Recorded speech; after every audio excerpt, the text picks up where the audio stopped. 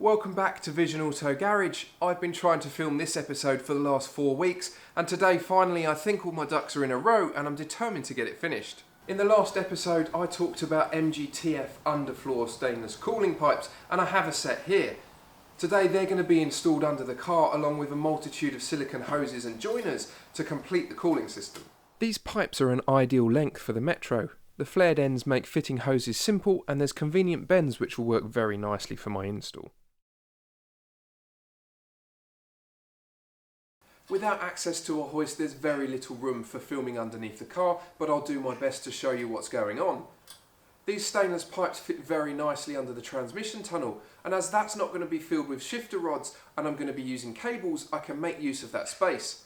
I need to remove all the original clips and brackets that held the hydrogas hoses, brake lines and fuel pipes to the floor. They all simply unscrew or pull off. The hardest part is laying on a concrete floor getting covered in dust no matter how many times you sweep up.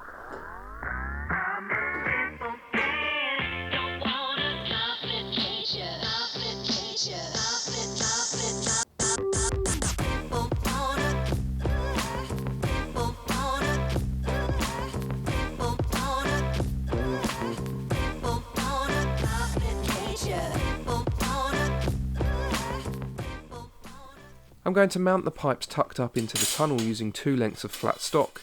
They'll be welded to the underside of the pipes and bolted to the floor.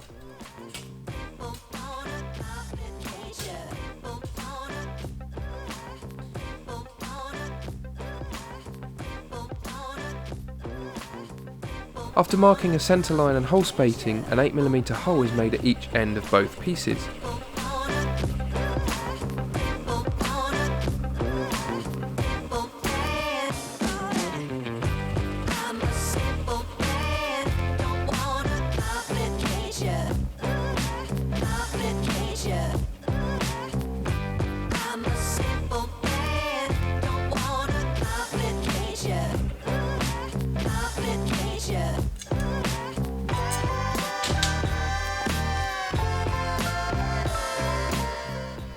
The flat stock is quite flexible, and I'd like to make it a little stiffer by rolling a bead down the centre.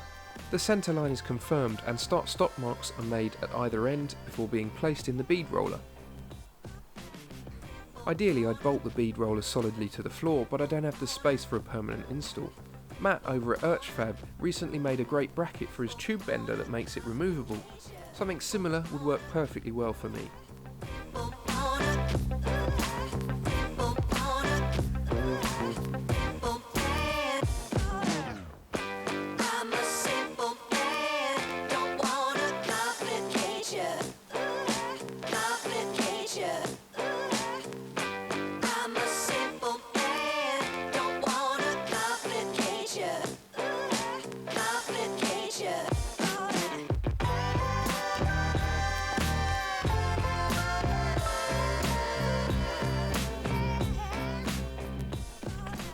After rolling a bead in both pieces, they're much stiffer and will hold the pipes well.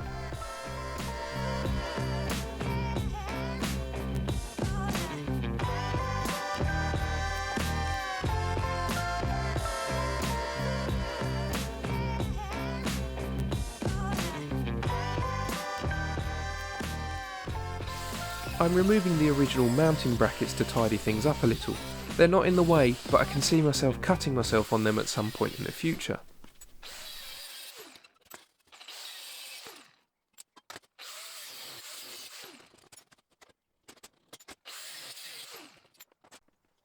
My new brackets are galvanised steel, so before welding I remove the coating. The gases released from welding galvanised steel are highly toxic and not to be messed with.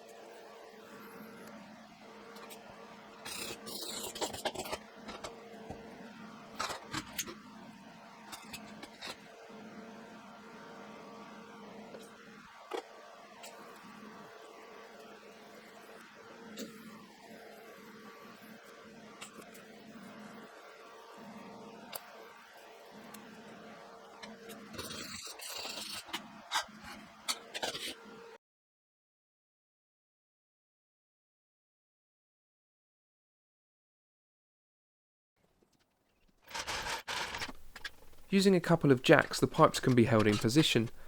Once I was happy with the location, holes were made in the floor and the pipes bolted up.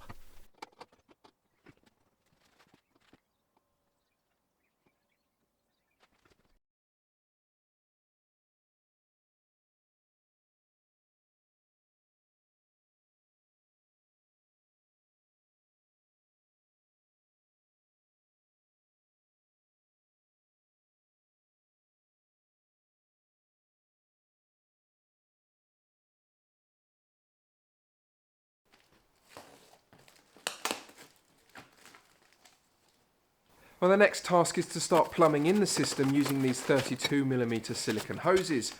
Before filming the episode a few weeks ago, I'd planned out the system and ordered all the relevant hoses I thought I need. And you'll notice that all the hoses here are in two different colours, neither of which are the colour I ordered, which was black. I got an email from Auto Silicon Hoses to tell me that they were out of stock in black and could they send it in blue. I said that was fine. They sent 2 parts in blue and they didn't send the rest. So I got onto them and they completed the order in red. It's not an ideal solution and I don't like it, but I'm going to go ahead with what I've got and I can sort it out later if I need to.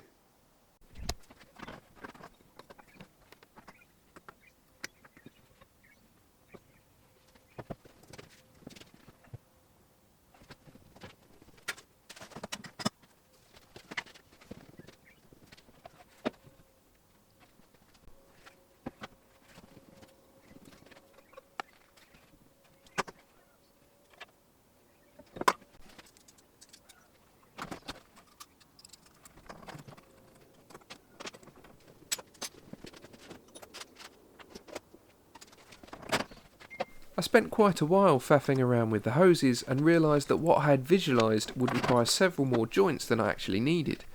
In the end, 2 90 degrees and 2 straight lengths were all I needed to complete the front coolant routes.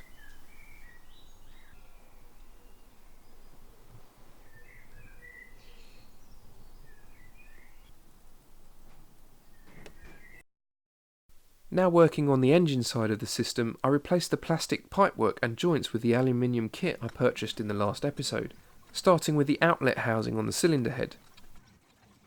There's a rubber O-ring on the old housing, but no facility for it on the cast aluminium one, so I'll make up a gasket and use some sealant on it before the system is filled.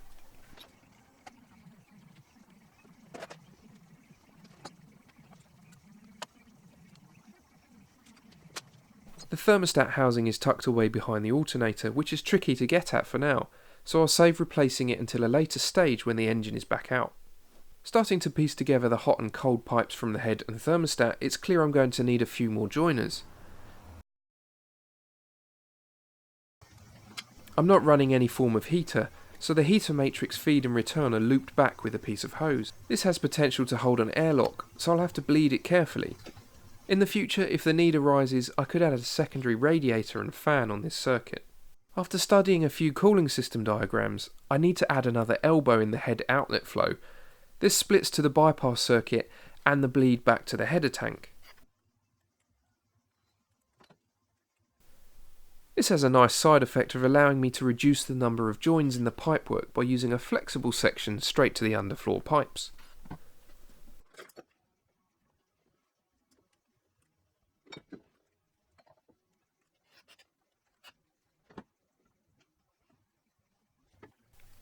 A couple of OEM hoses are used to complete the bypass and heater circuit.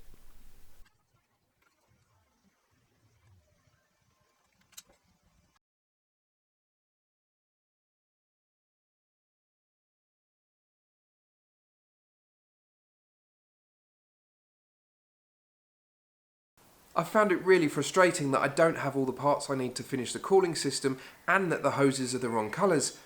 The hoses I can deal with, a lot of them will be hidden anyway, but I really do need to buy some more joiners and to find an expansion tank to use in the system. The project in general feels like it's stalled a bit over the last 4 weeks, and that's simply because I've not been doing any work on it. I'm still waiting for the K6 Plus back from Emerald after its upgrade, and I'm hoping that will give me a real boost in getting the car running. Thank you to all the new subscribers. Thank you for your patience over the last 4 weeks without any episodes. Thank you so much for watching, and I hope you've enjoyed this episode. Hopefully next time it will be a little bit more exciting. Thanks for watching.